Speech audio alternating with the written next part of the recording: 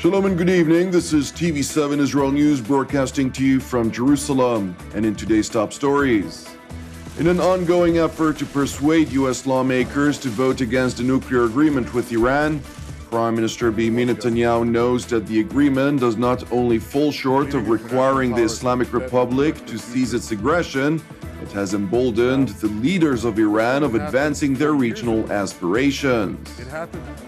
About 100 pro-Palestinian demonstrators gather on the street above Paris's urban beach to protest a day-long festival dedicated to Tel Aviv. Turkey faces a snap election this autumn after talks on forming a coalition government breaks down, increasing uncertainty in the NATO member states. In an ongoing effort to persuade U.S. lawmakers to vote against the nuclear agreement reached in Vienna between the Islamic Republic and the P5+1, the United States, Russia, China, France, Britain, and Germany, Israeli Prime Minister Benjamin Netanyahu accused the world powers, which represented the international community in the negotiations with Tehran, of gambling Iranian incentive to change while removing economic sanctions that have crippled its economy and brought it to the negotiating table. The world is a much more dangerous place today than it was yesterday. The leading international powers have bet our collective future on a deal with the foremost sponsor of international terrorism. They've gambled that in 10 years' time, Iran's terrorist regime will change while removing any incentive for it to do so. In fact, the deal gives Iran every incentive not to change. In the coming decade, the deal will reward Iran, the terrorist regime in Tehran, with hundreds of billions of dollars. This cash bonanza will fuel Iran's terrorism worldwide, its aggression in the region, and its efforts to destroy Israel, which are ongoing. The Israeli leader noted that the agreement does not only fall short of requiring the Islamic Republic to cease its aggression, but has emboldened the Iranian leaders of advancing their regional aspirations. Iran's supreme leader, the Ayatollah Khamenei, said on March 21st that the deal does not limit Iran's aggression in any way. He said, "Negotiations with the United States on the nuclear issue and on nothing else." And 3 days ago, he made that clear again. The United States, he said, embodies global arrogance, and the battle against it will continue unabated even after the nuclear agreement is concluded. Here's what Hassan Nasrallah, the head of Iran's terrorist proxy Hezbollah, said about sanctions relief, which is a key component of the deal. He said, "A rich and strong Iran will be able to stand by its allies and friends in the region more than at any time in the past." Translation: Iran's support for terrorism and subversion will actually increase after the deal. Prime Minister Benjamin Netanyahu reiterated his stance in which he warned that within a decade, the nuclear deal with Iran will equip the Islamic Republic with a nuclear arsenal. The bottom line of this very bad deal is exactly what Iran's President Rouhani said today. The international community is removing the sanctions, and Iran is keeping its nuclear program. By not dismantling Iran's nuclear program, in a decade this deal will give an unreformed, unrepentant, and far richer terrorist regime the capacity to produce many nuclear bombs, in fact an entire nuclear arsenal with the means to deliver it. What a stunning, historic mistake. The Israeli leader announced during a speech that the Jewish state is not bound by the agreement and hinted that all options are on the table when it comes to protecting the state of Israel in the face of its arch-enemy, the Islamic Republic of Iran. Israel is not bound by this deal with Iran, and Israel is not bound by this deal with Iran because Iran continues to seek our destruction. We will always defend ourselves.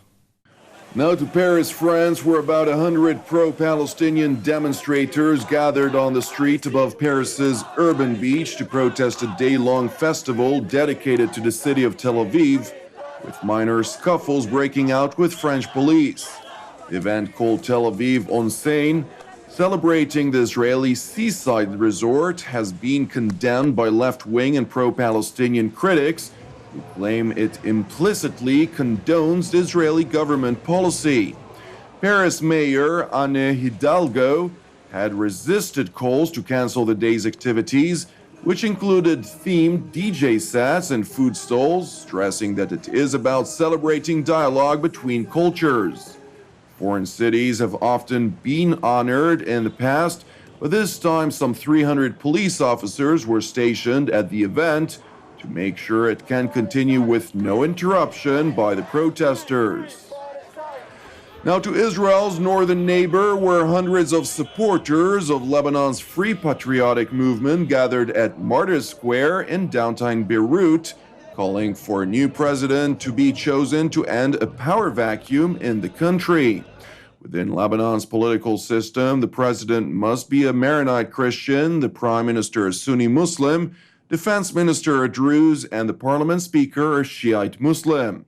The Middle East's only Christian presidency has been vacant since May of 2014 because lawmakers cannot agree on a candidate. Lebanese politics has long been dogged by sectarian divisions and personal rivalries, but the war in neighboring Syria has exacerbated divisions even further. We're here to ask for a strong Lebanese president elected by the Lebanese people who would represent them. A Lebanese government formed in February with Saudi Arabian and Iranian blessing has spared Lebanon a complete political void at the top, but it has struggled to take decisions and the parliament is barely functioning. Now to another matter, Turkey faces a snap election this autumn after talks on forming a coalition government broke down, increasing uncertainty in the NATO member state as it battles Islamic State insurgents on its borders and Kurdish militants both at home as well as in Iraq and Syria.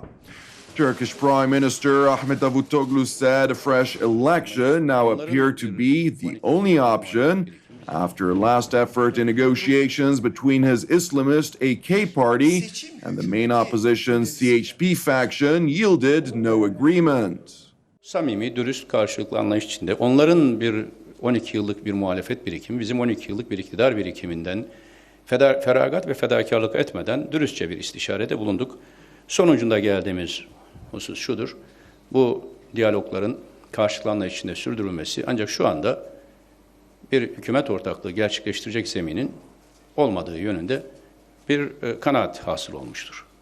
Bir tekrar milli iradeye başvurma zarureti ihtimal olarak çok yükselmiştir. Hatta tek ihtimal haline gelmiştir diyebiliriz. Yani son bir ay içinde yürüttüğümüz temaslarda Cumhuriyet Halk Partisi ile oluşturamadığımız hükümet ortaklığı çerçevesi de göz önüne alındığında erken seçim önümüzde görünen bir ihtimaldir, güçlü bir ihtimaldir. The announcement has sent Turkey's assets tumbling, with the lira currency weakening to a record low and stocks falling as much as 3%. Many investors had hoped for an agreement between the two rival factions, and fear of another election will serve only the prolonged instability. Prime Minister Davutoglu has until the 23rd of August to find a junior coalition partner, or President Recep Tayyip Erdogan could call a snap election.